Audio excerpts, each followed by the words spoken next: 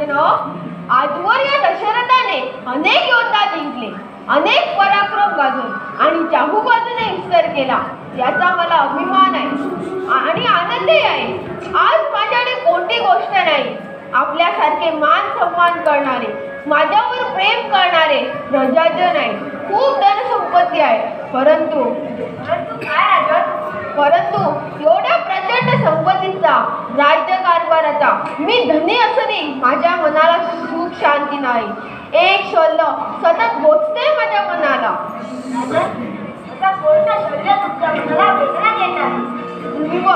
मी निपुत्री, माझ्या पोटी अद्याप कोणी संतान नाही. मग सांगा मुनीवर, माझ्या पश्चात या साम्राज्याचे काय होईल?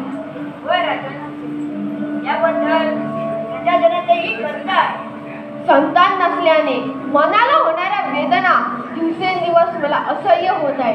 माझ्यानंतर या साम्राज्याला उत्तराधिकारी कोण, या एकाच काळजीने मी पूर्ण गोंधळून गेलो आहे. मनात जे असेल ते आपल्या भाग्यात जर पुत्र सुख असेल तर ते आपल्याला नक्कीच प्राप्त होईल. मुनीवर, कित्येकांचे भाग्य आम्ही स्वतः घडविली. तो हा दशरथ स्वतःचं भाग्य का घडवू शकत नाही? आहे राजन, एक उपाय आहे. यावेळी तरी मला आपल्याला एकच सांगायचे वाटते. सांगा मुनीवर, काय उपाय असेल तर सुचवा. राजन, या साम्राज्याला उत्तराधिकारी मला पुत्र प्राप्ती हवी. यासाठी आपण पुत्रकामेष्टी यज्ञाचं आयोजन करावे.